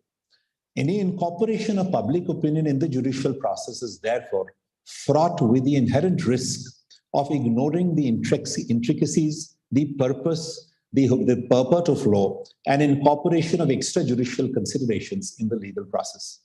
This issue, as my Lord Justice Padiwala put out so well, is very evident from the failure of the jury system in our country. The jury system was based on the idea that the jury offers a voice of the people in the dispensation of justice and would be more representative of the general public mind. The primary advantage and justification for the jury system was the association of the general public and therefore public opinion in the administration of justice. But the jury system failed completely, and all references to juries from the statute was completely removed as a part of the overall of the Code of Criminal Procedure. The statutory foundation of the right to trial by jury, which was in the 1898 Act, the CRPC, the code in sections 267, 268, 269, was completely done away with when the overall was done in 1973 of the code. It was limited to some presidency towns, etc., and then it was finally discontinued. In the first Attorney General of India and the first chairman of the Law Commission of India, in the 14th report, in the final report submitted by the Law Commission to the then Law Minister, also noted, and what is relevant for the present discussion, are the reasons for which the jury system completely failed. The Law Commission observed that the jury system had failed in the aspect of delivery of justice itself. The Law Commission noted a statement made by the then acting Chief Justice of the Bihar High Court, where he said, and I quote, "The unsatisfactory manner in which the system is working is notorious, and all those connected with the administration of criminal justice in the country must know of numerous cases of miscarriage of justice." The Law Commission then noted similar concerns voiced by multiple bodies regarding the working of the jury system. In fact, my Lord quoted from Mahatma Gandhi. They also went on to quote Mahatma Gandhi, who wrote in Young India then, and said, where Mahatma Gandhi said, and I quote, "I have known juries finding prisoners guilty in the face of no evidence, and even judges summing up to the contrary. We must not slavishly copy all that is English. In matters where absolute impartiality, calmness, and ability to sift evidence and understand human nature are required, we may not replace trained judges by untrained men brought together by chance." And I end of quote. So the concerns voiced by the Law Commission, which led to the Law Commission recommending the abolition of jury trials, are bound to occur if general public is involved in the judicial process, or if views of the general public are made a part of this of the process of law. We must not forget, for example, what the great Sufi saint Jalaluddin Rumi said. He once said, "The whole world has taken a wrong direction. The whole world has taken a wrong direction." Now, if you follow public opinion in deciding which way justice must go, then inherently there is this danger which is fraught with that. Then similarly, the Nanavati trial, which was extensively covered by the media, the Blitz portrayed Nanavati as an upright naval officer, Ahuja as a liquor-drinking playboy with Sylvia, a remorseful wife. And the portrayal of characters involved in the trial led to a great deal of sympathy and huge public opinion in favor of Nanavati, leading to loud cheers, I read, in the courtroom when the verdict of not guilty was pronounced by the jury, which verdict was found to be perverse and later overturned by superior courts. The said public opinion in favor of not guilty, in favor of Nanavati, was possibly the ultimate verdict of the jury, which was driven completely by media portrayal of the central characters involved in the alleged crime and based on entirely extrajudicial considerations. Before I come to a more recent example of what happened with Johnny Depp and Amber Heard, which I'll touch a little later, there is a very interesting amalgamation of the two, which is noticed by Lord Reed in the Attorney General versus Times newspapers case. So I noticed the facts from his judgment and I read them. In 1958, Distillers Company, and here Justice Lord Reed finds a method, a very ingenious and innovative method to use public opinion to bring justice. And I therefore share this with you. In 1958, Distillers Company began to sell in this country a sedative which contained a drug, thalidomide. This product was available on prescription and was consumed by many pregnant women. Soon there were cases of babies being born with terrible deformities. It took a little time to prove that these deformities were caused by the action of thalidomide in the unborn children. As soon as this was raised, distillers withdrew their product in 1961. The question arose whether distillers were legally liable to pay damages in respect of these deformed children. 70 actions were initiated. An out-of-court settlement was reached by which the distillers agreed to pay each claimant 40% of the damages which he or she would recover if successful in establishing liability. Then the matter again went to court. A leave was granted to serve writs in July of 1968. And then I come back and read from the judgment. Lord Reed then says that the editor of the Sunday Times took a keen interest in the matter. He collected a great deal of material, and on 24th September 1972, the newspaper published a long and powerful article. Then Lord Reed quotes one paragraph from that article published in the Sunday Times, and I quote that. Thirdly, the thalidomide children shame distillers. It is appreciated that distillers have always denied negligence, and that if the case were pursued, the children might end up with nothing. It is appreciated that distillers' lawyers have a professional duty to secure the best terms for their clients. But at the end of the day, what is to be paid in settlement is the decision of distillers, and they should offer much, much more to every one of the thalidomide victims. It may be argued that distillers have a duty to their shareholders, and that having taken account of skilled legal advice, the terms are just. But the law is not always the same as justice. There are times when to insist on the letter of law is exposed to criticism and infringement of another's legal rights. The figure in the proposed settlement of 3.25 million spread over 10 years. This does not shine as a beacon against pre-tax profits last year of 64.8 million and company assets of 421 million. Without in any way surrendering on negligence, distillers could and should think again. End of quote. So the issue was whether distillers were in contempt in having written so, whether the Sunday Times was in contempt on having written so on a matter which was sub judice before court. So when this matter traveled before his lordship, then he quotes from Justice Buckley in Mackenzie and says, Justice Reed refers to Justice Buckley and quotes from Justice Buckley where it is said, "It is contempt of this court for any newspaper to comment on pending legal proceedings in any way which is likely to prejudice the fair trial of the action."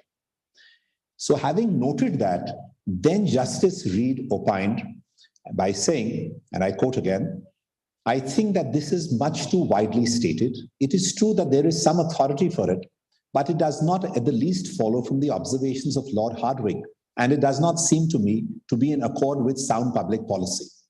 Now at this stage, Lord Reed brings in Merchant of Venice and quotes from Shakespeare. And we all know that here was a case where Antonio had taken so much money, he had failed to pay. His good friend Bassanio was willing to pay twice over. And then Shylock said, "No, I have a decree in my favor. I'm entitled to my pound of flesh."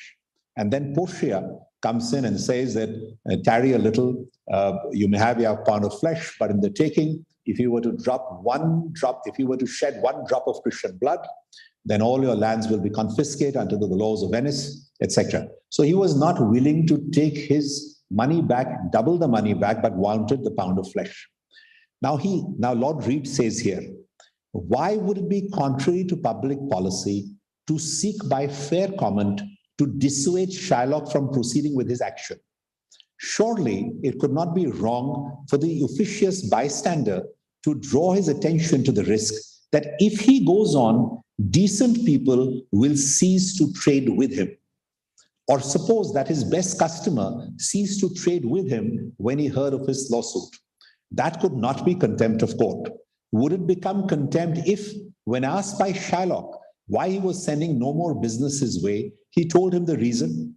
Nothing would be more likely to influence Shylock to discontinue his action. It might become widely known that such pressure was being brought to bear. Would that make any difference? And though widely known, must the local press keep silent about it? They must general statement of law." So Lord Reed then suggested a very innovative method, namely that let public opinion be used to dissuade people from dealing with such people, and came out with this rather innovative and it may appear a little peculiar and sometimes may be difficult to apply, but a very interesting method of drawing public opinion to establish justice and bring rule of law into play. Now, coming back, we all know about this recent trial. It was so widely reported, the Amber Heard Johnny Depp trial. There was a public verdict in favor of Johnny Depp, which unfortunately was pronounced much earlier to the jury verdict. Amber Heard's depositions were converted into mocking memes and circulated by the millions on public platforms. I was very surprised and I thought it was a typographical error, but I found that the hashtag Justice for Johnny Depp received over 20 billion views. Just the number, how many times people went back to that. And I actually thought maybe there's a typo in that, but I noticed that's common across various platforms. So the hashtag received 20 billion views with an unsequestered jury having all access to all the ridicule that Amber Heard was being subjected to. I remember during the O.J. Simpson trial, the jurors were completely isolated from public opinion and were kept completely shorn of all public opinion for 265 days, which is the longest period a jury has been sequestered, which itself shows the importance of keeping public opinion out of the way. This public opinion of guilty in favor of Amber Heard, and it was possibly the ultimate verdict of the jury, again, which was driven by the portrayal of the central characters involved, namely Amber Heard portrayed as a crazy, possessive, abusive girlfriend, Johnny Depp, an imperfect but a very supportive boyfriend. Johnny Depp's imperfections seem to enhance his credibility and see him as flawed but human, vulnerable, while Amber Heard's imperfections used to undermine her and to view her as completely monstrous. Larger issue with the public opinion in favor of Johnny Depp, driven by the narrative, driven by streaming channels, and Johnny Depp fans in particular, was that it would ignore evidence against Johnny Depp where messages and other evidence were there where he calls himself a monster, apologizes to Amber Heard, videos where he's slamming cabinets, photographs, etc. Now, this selective consideration of evidence by the public, all the media, the streaming channels, Johnny Depp fans, all based on extrajudicial considerations, ultimately perfectly encapsulates the risk of vox populi being given, being adhered to in preference to the rule of law. And what is perhaps most interesting in this trial is that Johnny Depp had filed a similar lawsuit against The Sun, a British tabloid, over an article in which The Sun had directly named him, unlike Amber Heard, who never mentioned his name in the Washington Post. He very smartly never included Washington Post in the array of parties in the US court. But the British tabloid specifically called him a wife beater in the article. It was a trial before a judge as opposed to a trial before a jury, which was in the United States. The British court, after considering the entire evidence, found that Johnny Depp had physically abused Amber Heard on at least 12 occasions. This, despite the burden on Johnny Depp being far lower in the UK trial and there being stronger laws in the US regarding protection of free speech. In both instances, the character of Amber Heard was attacked, with the difference being that the said tactic was repelled by the judge in UK, whereas it was allowed by the jury in the United States. The judge in the UK focused on the singular issue at hand, namely whether Johnny Depp committed domestic abuse or not, unlike the jury in the United States. And that really summarizes why the danger of allowing the dangers manifest in a jury trial or allowing public opinion to play a larger role.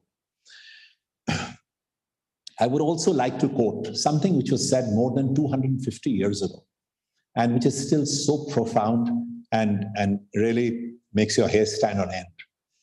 This was said by Lord Mansfield more than 250 years ago in R.B. Wilkes in 1770. And this is what he said, and I quote. And he was subjected to getting many letters, etc., which I'm sure all honorable judges are accustomed to. So he says, and I quote, "I pass over many anonymous letters I have received. Those in print are public, and some of them have been brought judicially before the court. Whoever the writers are, they take the wrong way. I will do my duty unawed. What am I to fear? The mendax infamia from the press, which daily coins false facts and false motives. The lies of calumny carry ho tenor to me. I trust that my temper of mind and the color and conduct of my life have given me a suit of armor against these arrows. If during this king's reign I have ever supported his government and assisted his measures, then I have done it without any other reward other than the consciousness of doing what I thought right. If I have ever opposed the king, I have done it upon points themselves, without mixing in party or faction and without my collateral views. I honor the king and respect the people, but many things acquired by the public of either are in my account objects not worth ambition. I wish popularity, but it is the popularity which follows, not the popularity which is run after." And such powerful words. It's so wonderful to read something like this. It is that popularity which sooner or later never fails to do justice to the pursuit of noble ends by noble means. I will not do that which my conscience tells me is wrong. Upon this occasion, to gain the huzzas of thousands or the daily praise of all newspapers which come from the press, I will not avoid doing what I think is right, though it should draw on me the whole artillery of libel, all that falsehood and malice can invent, or the credulity of the adduced populace can swallow. End of quote. And really powerful words said more than 250 years ago, and so relevant and so true even today. Judicial determination cannot, therefore, I say, succumb to public opinion and must be based strictly on the rule of law. It must be based strictly on constitutional legal principles, as my Lord has so wonderfully and so articulately said. While judges cannot exist in silos, the ultimate responsibility of the judge is indeed to uphold the rule of law. Public opinion perhaps can be used as a mechanism to enable speedier justice, as we noticed in the cases of Nirbhaya and Kiran Negi. The comparative public outrage in the two cases, while Kiran Negi was raped and murdered, perhaps even more brutally than Nirbhaya, but the media campaign and the collective outrage was not as wide as in the case of Nirbhaya. Consequently, justice for Kiran Negi and for other women and for other victims of equally brutal crimes is often far more delayed. So perhaps that is where public opinion can play a larger role. I also noticed that the Supreme Court has also said so. Justice Sinha in Santosh Kumar said, public opinion may run counter to the rule of law and constitutionalism. More recently, Justice Madan Lokur in M.A. Antony said, and I quote, where he quoted from Bachchan Singh's case, where it is said, incidentally, the rejection by the people of the approach adopted by the two learned judges in Farman furnishes proof of the fact that judicial opinion does not necessarily reflect the moral attitudes of the people. At the same time, it is a reminder that judges should not take upon themselves the responsibility of becoming oracles or spokesmen of public opinion. Not being representatives of the people, it is often better, as a matter of judicial restraint, to leave the function of assessing public opinion to the chosen representatives of the people in the concerned legislature. End of quote. As my Lord put it so wonderfully, in my view, ultimately, it boils down to the mettle of the person occupying the seat. We may have the finest laws in place, but at the end, it always depends on the person holding the office. Is he swayed by public opinion, or is he true to his oath? And perhaps the answer lies in what is said 21 times in the Mahabharata, and is incidentally the motto of the Supreme Court of India, Honorable Court. Yatho dharma, tato jaya. Where there is dharma, where there is righteousness, there is undoubtedly based in our country completely on what is righteous and what is dharma. It has been a greatest pleasure to share this platform with you, my Lord Justice Pardiwala. We have, in the last few days, already noticed how already, although you are new to this Honorable Court, but we have seen your judgments, and it's a great honor to share this platform with you and to see how fearlessly you articulate your views here and also in court. It's indeed a pleasure, sir, to be with you here and to also be here with Professor Bhatnagar and my friends in Can Foundation, and to share these views with others in the audience. Thank you so much for this opportunity to be part of this event. Thank you. Thank you, sir, for enlightening us. Justice Khanna was indeed a bright, shining light in the darkest times. Nidesh sir mentioned when more and more desire increases, then Shakti comes in play, the rule of law comes in play. And without rule of law, no system can work. Sir took us through Mahabharata and highlighted the importance of Dharma during his address. And also an important point that was made, that if public is made part of the process of decision-making, then it will be dangerous. Reference to Johnny Depp, Amber Heard case, and how in a case, jury was kept away from public opinion to show that public opinion should not determine the decision-making. And the rule of law alone should be the basis of decision-making. Thank you once again, sir, for your words of wisdom and golden words. May I now request Mr. Siddharth Bhatnagar, Senior Advocate, to address the participants. Honorable Mr. Justice Pardiwala, Mr. Nidesh Gupta, Professor Ved Kumari, Professor Bhatnagar, Mr. Tariq Khan, Mr. Siddharth Gupta, Shriram, Abhikalp, office bearers and members of the Can Foundation, my dear friends.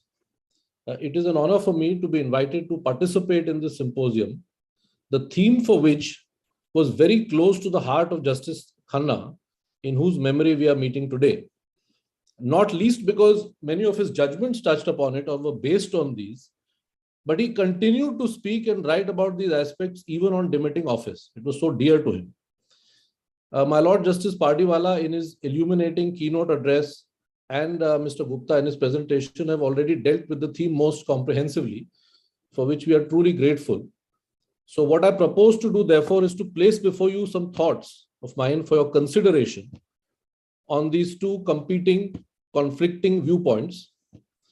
As you know, and as my Lord pointed out also, Vox Populi commends or tells you about the voice of the people in a sense, while the rule of law, in essence, is summed up as not giving public authorities the right to exercise authority over citizens other than what is provided by the law. That's one. Second, a minimum basic legal rights to citizens. And third, access to an independent judiciary to vindicate these rights and to enforce the limits of state power. It is this third aspect, the role of the independent judiciary, that I would like to touch upon today, because it applies to the other two aspects as well. An example of chaos and brute force being the exact opposite of the rule of law can be illustrated by an example actually from Greek mythology, when, as you know, Agamemnon sacrificed his daughter to please the gods before going into battle with Troy. His wife murdered him to avenge the deed, and she in turn was murdered by her son. This is when Athena, the goddess of wisdom, created a court to impose a solution. And that court actually mirrors principles, very interestingly, of modern legal thought, providing procedural and substantive justice. So that is Greek mythology. So may I start by placing my point, which basically is this. Our constitution, which is the fundamental document of governance, gives more leeway than most democratic constitutions to elect representatives in the manner of making laws and particularly amending the constitution itself. Elected representatives, in a sense, represent the majority of the people, but the emphasis on the constitution is on the citizen, not the state. The constitution conceives of the state existing for the citizen and not for the citizen existing for the state. That is why I submit before you that the protection of rights through the rule of law must not only be balanced, but take precedence over any right asserted by the state through the medium of majority opinion. To put it a bit differently, if I may put it slightly differently, it is absolutely possible to have an absolute democracy where the state is permitted to expand and enforce its power to threaten the liberty of individuals themselves. On the contrary, we can never have an excess of the rule of law. So this is the point that I'm just trying to elucidate before you today. And incidentally, we are in the 73rd year of our constitution. A study was done by the University of Chicago on the lifespan of constitutions of independent states since 1789, the year of the French Revolution. And it was found that the mean lifespan across the world for constitutions was 17 years, 17 years. In fact, Sir Ivor Jennings, the great constitutional expert, in 1951 had predicted doom for our constitution. He said it would not endure. What in fact did not endure was the constitution of Ceylon, now Sri Lanka, which was drafted by him in 1960. That lasted only for 6 years. And the point is that our constitution has endured sometimes difficult times is solely on account of the insisted adherence to the rule of law by our citizens and, more importantly, our superior courts. So when we speak of Vox Populi, we could begin with one of the conundrums of modern democracy. The state itself is ultimately in the hands of electoral majorities. And these electoral majorities themselves are capable of exercising oppressive power, which could undermine democracy itself. The other side of the coin is that fundamentally citizens feel obliged to obey the state because of the legitimacy of the political order on which it is based, and also, of course, on the basis of the coercive power of the state. In this respect, all modern democracies act through elected legislators, not only as representatives of the citizens, but also for the reason given by James Madison. He was cited the chief draftsperson of the US Constitution, and he felt that a chosen body of citizens was less likely to sacrifice the true interests of the country to short-term considerations or sectional interests. That is the vision in the Federalist Papers. Madison was part of one of them. Equally, legitimacy of state action in a democracy depends on general acceptance of the decision-making processes and not only the decisions themselves. That is to say, the method of making decisions. And as a necessary conjunct, the role of the judiciary in curbing and striking down illegal and irrational decision-making. Democracies operate on the implicit basis that though the majority has authorized policies and decisions that the minority may reject, but those differences are transcended by their common acceptance of the legitimacy of the decision-making process and the remedies against them before an independent judiciary. This is what Mr. Nani Palkhiwala said of the dangers of blindly following a majority rule. Very strong word, but may I just quote them for you? This is what he said, I quote, "It is easier to throw off a foreign tyranny than the tyranny of our own elected representatives. And a law does not cease to be tyrannical only because it is passed by the elected representatives of the people. Therefore, price of being a citizen of a democracy is eternal vigilance." This is Mr. Nani Palkhiwala's views, which he expressed in the context of the 24th Amendment of the Constitution, in fact. Now, when our great Constitution was framed, we did not adopt the strict Montesquieuan doctrine of separation of powers, but we rather went for the Westminster model, where the executive also has a key role in framing and passing legislation through Parliament. So essentially, we broadly follow what Hamilton wrote in the Federalist Papers, that the legislature makes laws, holds the purse, executive executes the laws, but it is the judiciary that holds judgment. And our Constituent Assembly that framed the Constitution was formed under an act of the British Parliament, namely the Indian Independence Act of 1947. The members of the Assembly were elected by the elected representatives of the provincial legislatures, and those in turn were elected by an electorate, not on the basis of universal adult franchise, but by a vastly limited electorate based on certain identified criteria, such as being a graduate, taxpayers, etc. Therefore, the Constituent Assembly was always careful enough in its realization that it was elected by less than the third of the then adult population. That and the limited time frame available to carry out that exercise meant that they were very careful to frame a document that provided the representatives elected by the majority relatively easier opportunities to amend the Constitution itself, as Parliament would be elected from a full adult franchise of people over 21 years. Now it is 18 years. So that they were very conscious of that. And among the constitutions of other countries that they considered, that our Constituent Assembly considered for this purpose, were the American Constitution of 1789, Commonwealth of Australia Act 1900, and the Irish Constitution of 1937. Each of these constitutions had advisedly made amendments very, very difficult, extremely difficult. For instance, under Article 5 of the US Constitution, an amendment to the Constitution requires a 2/3 majority in both houses of Congress, as well as a ratification by 3/4 of the states. Some subjects are outside the pale of amendment completely. Consequently, in about 230 years, the House of Representatives sent 33 amendments to the states, of which 27 were ratified. So the US Constitution has been amended only 27 times. Ours has already been amended over 100 times. 105th, I think, was the last amendment. In Australia, the amendment to the Constitution requires a referendum by a triple majority. That is, a nationwide majority, as well as a majority of voters in a majority of states.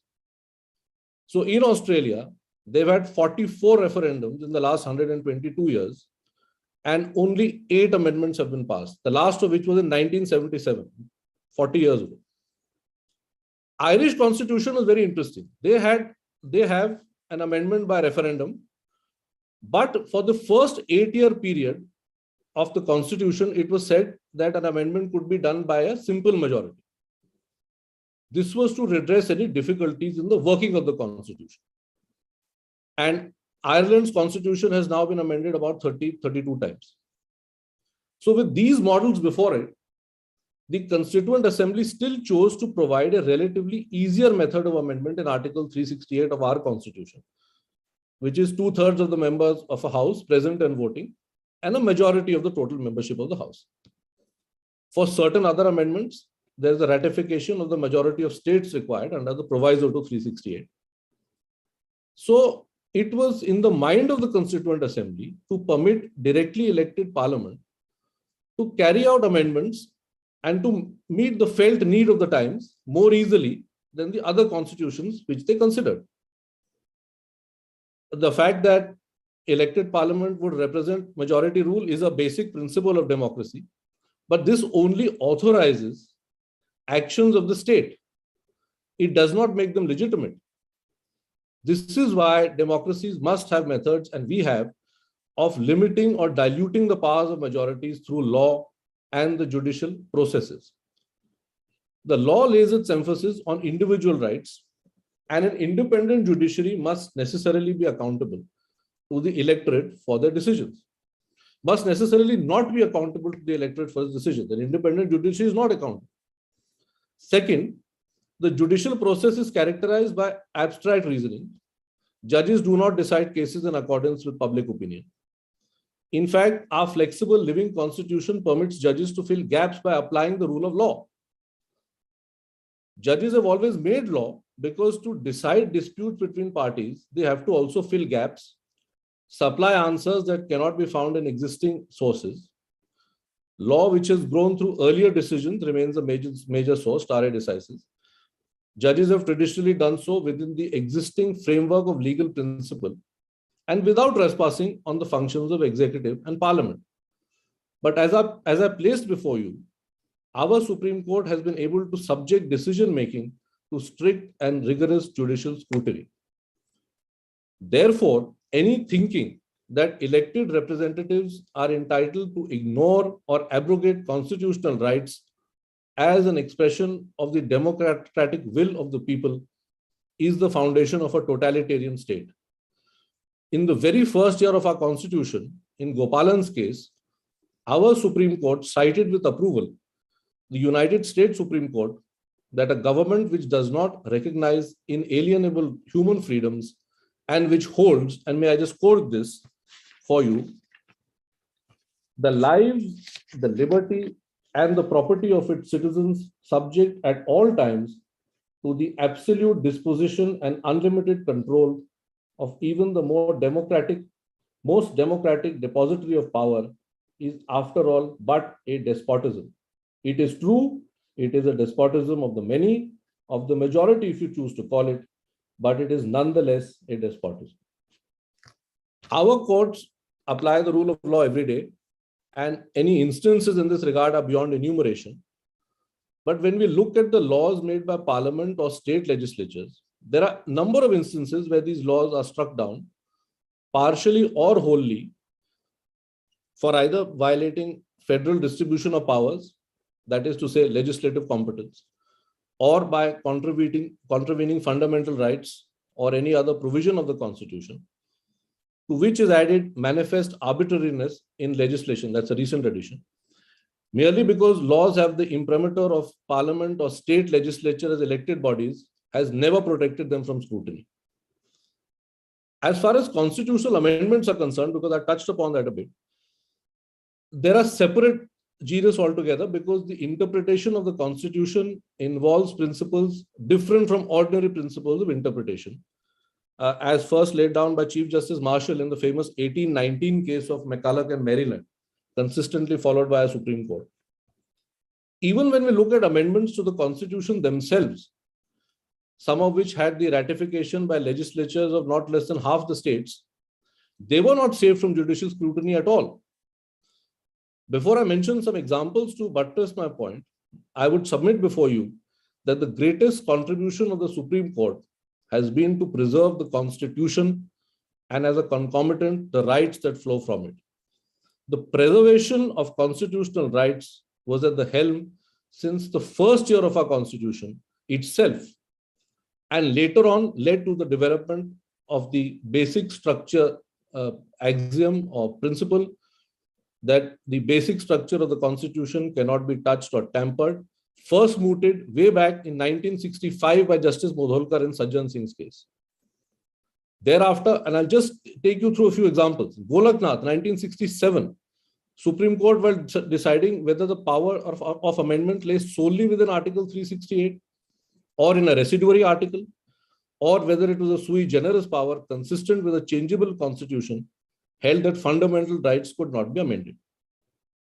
Then came the famous Keshavananda of 1973, where the Supreme Court introduced into our constitutional law the principle that Parliament cannot, by an amendment of the Constitution, alter its basic structure. There were 4 amendments that the court was considering: the 24th, 25th, 26th, and 29th amendments.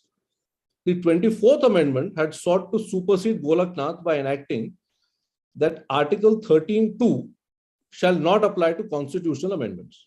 So it aimed at empowering Parliament to take away or abridge all or any of the fundamental rights, and to confer generally on Parliament an unfettered power to alter the whole or any part of the Constitution.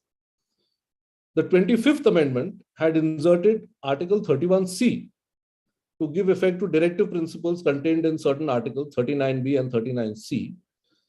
And 31C also contained a stipulation that no law containing a declaration that it is for giving effect to such policy should be called into question in any court on the ground that it does not give effect to such a policy. This part of 31C was declared invalid. Incidentally, it was the judgment of Mr. Justice Khanna in Keshavananda, which was described by Mr. Nani Palkhiwala in an SCC article as having become the law of the land over the other 12 judges, because he had held that the power of amendment was limited and did not enable Parliament to alter the basic structure of the Constitution. And further, that Article 31 capital C was held to be valid on the ground that it did not alter basic structure. But the latter part of 31C was invalid. So in essence, what Keshavananda or what the Supreme Court did in Keshavananda was preventing a coach and horses being run over the fundamental rights chapter, the most significant part of our Constitution, in fact. Post Keshavananda, if you see 1975, Indira Gandhi's case, challenge was to an article which provided that the election of the Prime Minister and Speaker could not be void or ever become void on any ground, notwithstanding any order made by a court. This was struck down on the ground of being violative of basic structure and the rule of law, because the Prime Minister and the Speaker could not be placed on a different footing from anyone else. Thereafter, 1980, Minerva Mills, another constitution bench, where the challenge was to the inclusion of 2 articles in 368 by the 42nd Amendment, which had provided that no constitutional amendment could be called into question in any court. Second, there was to be no limitation on the power of Parliament to amend any provision of the Constitution. This was again struck down for violation of basic structure. Then we have cases such as Sabha Murthy, L. Chandra Kumar, where Articles 226, 227, and 32 were sought to be excluded. The Supreme Court said not possible, basic structure. Quixote Holohan, where the jurisdiction of the court, which was barred by a paragraph in the 10th schedule, was struck down because judicial review is part of the basic structure. And then lately, the 99th Amendment of the Constitution, by which the NJAC, the 99th Amendment was declared unconstitutional, and the NJAC was declared unconstitutional as being violative of basic structure, because that amendment did not provide adequate representation to the judiciary as to prevent the primacy of the judiciary in the manner of selection of judges to the higher judiciary. The entire amendment was set aside. And only last year, the Supreme Court struck down certain parts of the 97th Amendment, which had included Part 9B to our Constitution, which is cooperative societies, because they had not taken ratification of more than half of the states. Again, if we just look a little forward, Shayara Bano 2016, the court holds that any legislation, plenary or subordinate, can be challenged on the ground of arbitrariness. So that's a departure from the earlier view of the Supreme Court itself. And the court has also resurrected and created rights taken away by earlier judgments. My Lord Justice Pardiwala referred to under the Section 377 law. Another is Puttaswamy, which recognizes privacy as a core fundamental right. So these limited examples that I've provided are only to illustrate how elected representatives have made attempts to exclude judicial review, to abridge or abrogate fundamental rights, to place individuals above the law, and to make laws without legislative competence. In all these cases, the Supreme Court has had to step in to preserve the rule of law. And if I may now summarize my submissions before you in 4 or 5 points. The first, the case for a balance to vox populi by the rule of law is simple. Mere fact that the nation is governed by elected representatives of people is no guarantee that constitutional rights will be respected or upheld. Some of the worst tyrannies in history, and even today, can be found in countries where the legislature consists of elected representatives of the people. It is those elected legislatures who have either abolished or have acquiesced in the abolition of civil liberties in rights in totalitarian states. In fact, the abridgment of fundamental rights has always been perpetrated in the name of public welfare. We only need to look at the judgments of our Supreme Court, but also those in United States, Australia, and Canada, highly developed democracies, to see that it is the people's representatives who have tried to violate freedom of the press. Second, if I may just turn once again to a quotation of Mr. Palkhiwala on majority rule. He said that the circumstance that an action is taken with the consent of the majority does not carry an assurance that the action will be wise or just. The majority verdict resulted in Christ being crucified and Socrates being ordered to drink hemlock. Even sincerity of purpose avails nothing, since the important point is not that you act according to your lights, but that your lights must be luminous. Third, our constitution provides for a just balance between the legislature, the executive, and the judiciary. The superior courts have the inescapable duty of guarding the fundamental rights and preventing infringements to the rule of law by any authority within the state. The fact that such transgression is by elected representative on behalf of the majority is irrelevant. Fourthly, it is the courts that maintain the fundamental equilibriums of our society and ensure that constitutional mandates are respected, whether it is protecting the constitution on the principle of basic structure, permitting challenge to legislation, it can all be traced to the adherence of the rule of law. Fifthly and lastly, I would like to conclude by quoting from a speech which was delivered by Mr. Justice Khanna in 1977 after he demitted office. And this is what he said: the content of the rule of law varies, but everywhere it is associated with the liberty of the individual. The question of reconciling individual rights with the requirements of public interest has always posed a vexed problem. Such reconciling and harmonizing can be attained by adherence to the rule of law and by the existence of independent courts, which can hold the balance between the citizen and the state and compel both to conform to law and order. So these are some of the thoughts I wanted to share with you today. I'm very grateful to my Lord, Nidesh, and all the other participants of this symposium. Thank you very much. Thank you, sir, for highlighting the importance of the rule of law and the role of judiciary in upholding the same. Our constitution has endured difficult times only because of adherence to the rule of law. In fact, judges fill the gaps by relying on the rule of law in cases where sources are not adequate. Sir also discussed the importance of independence of judiciary. And the best example is, of course, Justice Khanna, who proved to be a valiant soul and an embodiment of independence. Thank you once again, sir, for your words. May I now request Mr. Sriram Prakat to deliver the vote of thanks. Thank you, Tariq. Honorable Justice Pardiwala, Nidesh Gupta, sir, Siddharth Bhatnagar, sir, Professor Ved Kumari, ma'am. Considering the level of erudition, eloquence, and the sheer effort put in by our panelists, mere formal deliverance of vote of thanks would be exceedingly insufficient. However, I take upon this opportunity on behalf of the audience, on behalf of Khan Foundation, and on behalf of posterities of audiences who would be accessing these valuable speeches through our YouTube platform, just to say thank you. Thanking Abhigalp and Tariq for bridging the session with their role as moderators. On behalf of Khan Foundation, I thank our esteemed effort partners, Phoenix Legal,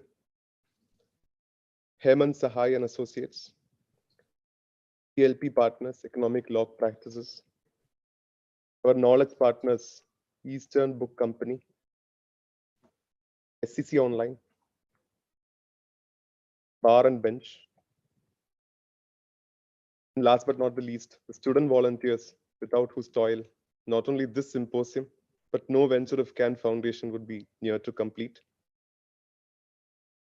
I take this opportunity once again to thank our patrons, our mentors, our donors for having been with us all throughout. Thanking everyone once again. Thank you.